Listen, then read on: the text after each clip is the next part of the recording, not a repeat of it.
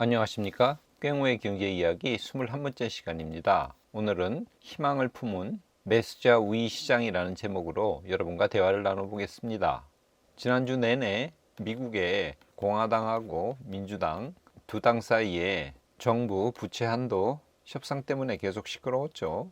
17일 날 바이든도 그렇고 공화당의 케빈 메카시 하원 의장이 정부 디폴트는 없다는 발언을 하면서 증시가 많이 반등했습니다.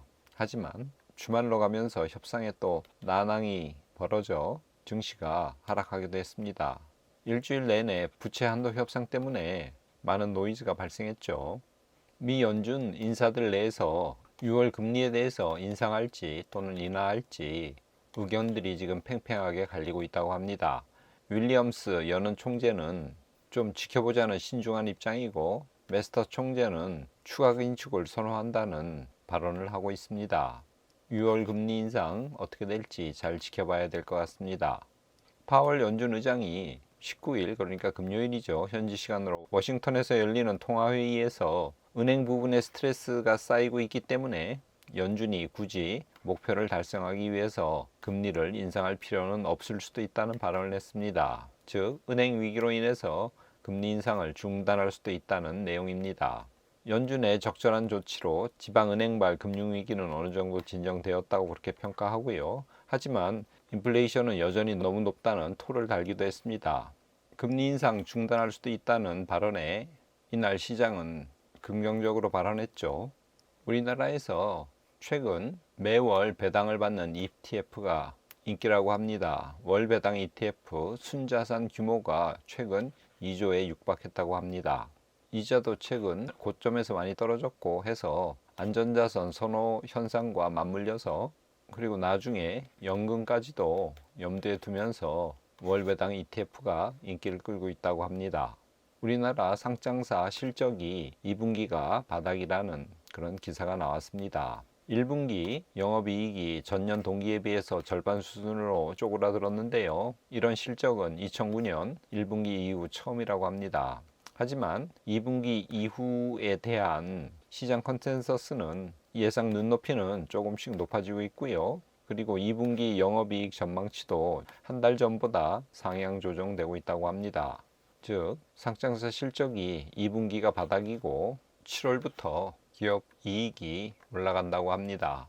지난주에도 OECD 경기 선행 지수를 보여드렸는데요. 이번 주에는 이 한국이 완연히 바닥을 찍고 지금 올라가는 모습이 더욱 분명해지고 있습니다. 경기 선행 지수가 돌아서면 우리 경제나 주식도 올라가죠. 지금 이 그림은 빨간색이 코스피 분기별 순익 컨센서스입니다. 그리고 검은색, 제가 여기 노란색으로 칠해놨는데요. 이것은 코스피 주가입니다. 빨간색 코스피 분기별 순익 컨센서스, 그러니까 분기별 이익치 추정 그래프인데요. 이것이 바닥을 찍고 올라가면 코스피 주가도 같이 올라가죠. 거의 똑같은 모습을 보여주고 있죠. 여기가 고점일 때 여기도 고점이었고요. 그리고 이익 전망치가 바닥일 때 코스피 주가도 바닥이었죠. 2020년 코로나 위기 때 바닥이었고요. 주가도 또 바닥이었습니다. 여기서 이익이 돌아서자 주가도 올라갔고, 또 2020년에 이익이 올라가자 주가도 올라갔죠. 22년 하반기 이후에 코스피 주가는 먼저 선행해서 올라가고 있죠. 최근 분기별 순위 컨센서스는 바닥을 찍고 올라가는 모습이 보이고 있습니다. 현재 코스피 주가 상승을 이 코스피 분기별 순위 컨센서스가 확실하게 보증해주고 있다고 설명할 수 있습니다. 다음 그래프는요, 이것을 좀 더 자세하게 본 것인데요. 이 빨간색이 코스피 12개월 선행 EPS, 그러니까 주당 순이익이죠. 주당 순이익 증가치를 나타낸 것이고요. 제가 노란색으로 칠해 놓은 이 아래 그래프가 코스피 주가 차트입니다. 특별히 상승할 때 더 붉은색으로 칠해 놨죠. 여기 보시면 코스피 12개월 선행 EPS가 빨간색 바닥을 찍었을 때가 코스피 주가도 바닥이죠. 그리고 EPS가 올라갈 때 코스피 주가도 지금 올라가는 것을 알 수 있습니다. 마찬가지로 2020년 코로나 때 12개월 선행 EPS가 바닥을 찍었죠. 그러자 주가도 같이 바닥을 찍었습니다. 그 이후에 EPS가 올라가니까 주가도 올라가는 모습을 볼 수 있습니다. 지난 하반기부터 코스피 주가는 지금 올라가고 있죠. 그런데 최근 코스피 12개월 선행 EPS 주당 순이익이 드디어 바닥을 찍고 지금 올라가는 모습입니다. 즉 코스피 12개월 선행 EPS와 코스피 주가는 동행하기 때문에 코스피 12개월 선행 EPS가 이제 올라가고 있으므로 벌써 작년 하반기부터 상승 랠리를 펼친 코스피 주가는 계속 올라간다고 예상해 볼 수 있겠습니다. 앞서 우리 상장사 실적이 2분기가 바닥이라 그랬죠. 3분기부터 상장사 실적이 좋아질 것입니다. 이와 맞물려 앞으로 코스피 주가는 더 많이 올라갈 것입니다. 자, 여기서 이렇게 올라갈 거죠. 그렇기 때문에 현재는 우리가 한국 코스피에 대해서 부정론이 아니라 긍정론으로 바라봐야 될 그런 때입니다.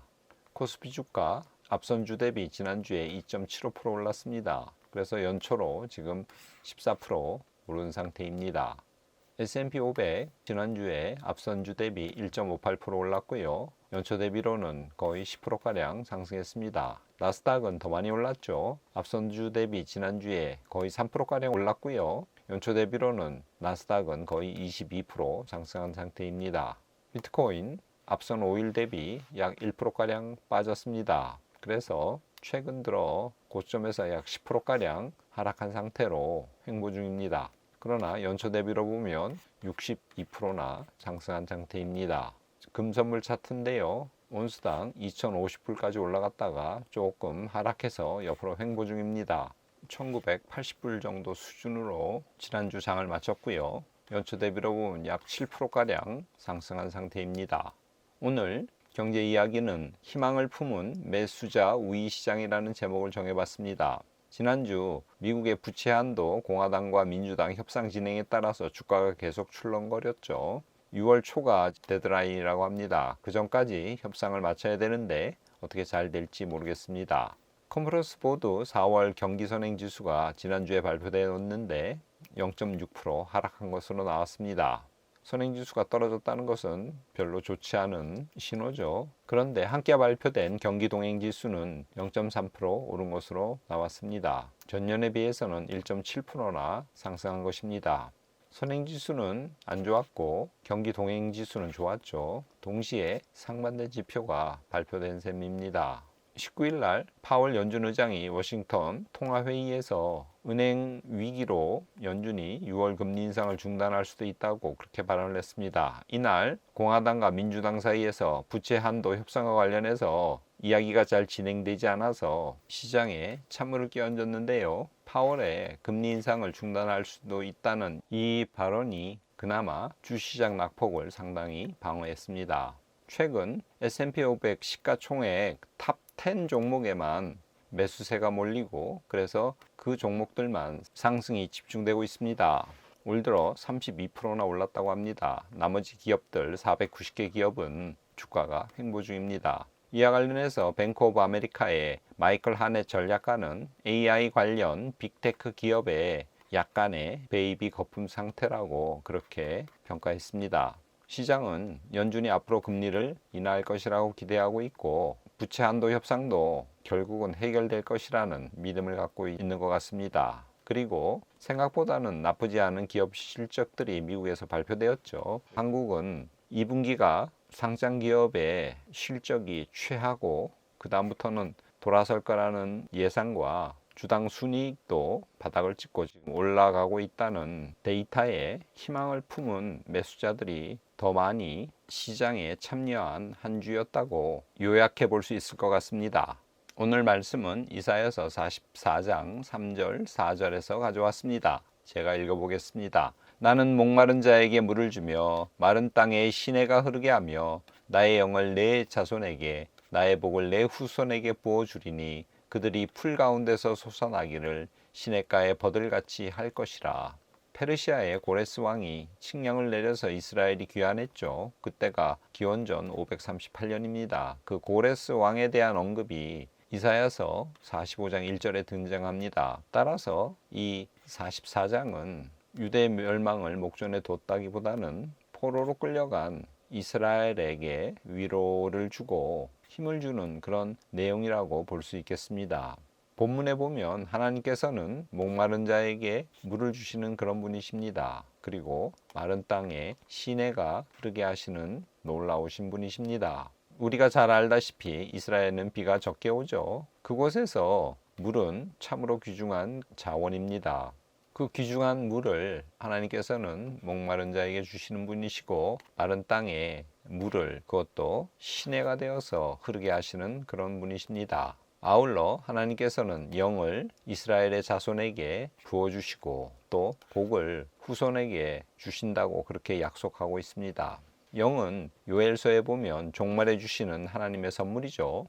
이렇게 풍성한 물과 영과 그리고 여호와께서 부어주시는 복으로 말미암아 이스라엘은 시냇가에서 잘 자라는 버들같이 풀 가운데서 활기차고 왕성하게 솟아나는 존재가 되게 하시겠다고 약속하고 계십니다. 꽹오의 경제 이야기 시청자 여러분, 이번 한 주도 하나님의 영과 풍성한 축복이 여러분 삶 가운데 임하셔서 물가에 심은 버들같이 생기 넘치는 여러분이 되시기를 바랍니다. 오늘은 이것으로 마치겠습니다. 감사합니다.